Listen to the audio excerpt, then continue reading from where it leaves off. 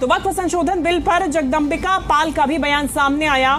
जगदंबिका पाल का कहना है कि मुस्लिमों के हित में है ये बिल को लेकर भ्रम ना फैलाएं। जगदंबिका पाल ने अपनी प्रतिक्रिया इस बिल को लेकर दी है।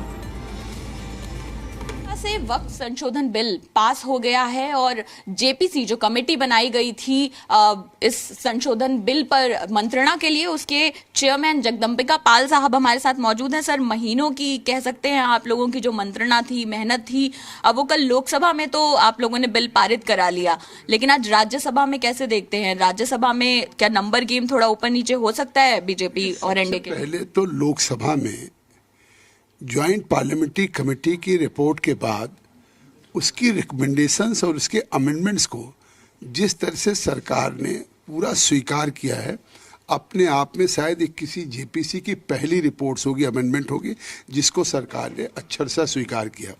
तो मुझे तो इस बात का संतोष है कि ज्वाइंट पार्लियामेंट्री कमेटी ने पिछले 6 महीने में 38 बैठकें की, लगभग 118 घंटे बैठकें हमने किया है, करीब 250 डेलीगेशन से मिले होंगे, देश के सभी हिस्सों में गए होंगे, सभी स्टेक होल्डर के साथ, और सभी जेपीसी चाहे सत्ता पक्ष के हो चाहे प्रतिपक्ष के हो, वो कुछ भी आरोप लगाएं, लेकिन उसके एक्सरसाइज के बाद जो एक पार्लियामेंट्री डेमोक्रेसी में उसकी भूमिका होनी चाहिए थी, और मुझे लगता है क्यों स्वीकार कर लिया, क्योंकि जेपीसी की जो रिकमेंडेशन थी वो भारत की संविधान की आत्मा थी। भारत की संविधान की आत्मा क्या है कि उस संविधान ने, बाबा साहब अम्बेडकर ने कहा है कि देश के सबसे गरीब, दलित, पिछड़े, पसमानदा, ओबीसी, खवातीन, महिलाएं, इनके राइट्स को प्रोटेक्ट करने की बात कही है। और उसी संविधान के तहत जब कांग्रेस यूपीए की सरकार थी तो सच्चर कमेटी बनाई गई थी।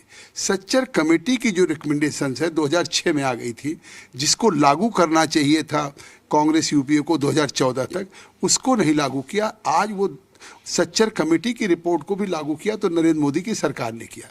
क्या रिपोर्ट थी?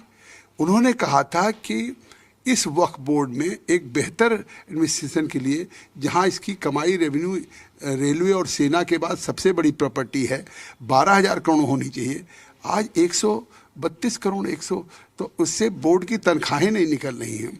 तो उन्होंने कहा था इसका बेहतर रख रखाव होना चाहिए। उन्होंने नॉन मुस्लिम्स को भी बोर्ड में रखने की बात कही थी।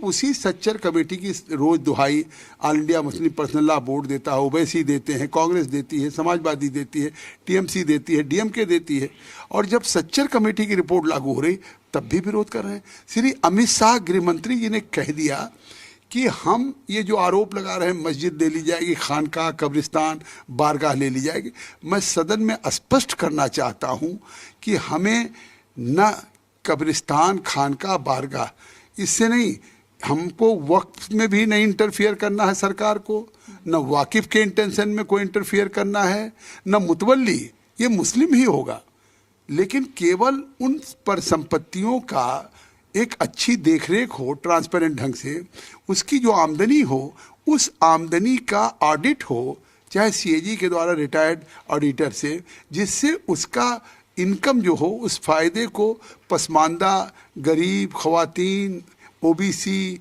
या आर्फन बच्चों को मिल सके एजुकेशन हेल्थ में। तो वो किया। मुझे तो लगता है कि कल का दिन देश के संविधान के हिसाब से इस वक्त में पहली बार देश के उन गरीबों की और उनके हितों का समावेश हुआ है जो कभी कल्पना बाबा साहब अम्बेडकर ने किया होगा, या जो वक्फ कोई करता अपनी प्रॉपर्टी को डेडिकेट करता, और फिर भी कह रहे ये काला अध्याय है, काला दिन है, बुलडोज किया। अंजलि सिंह, जी मीडिया, दिल्ली।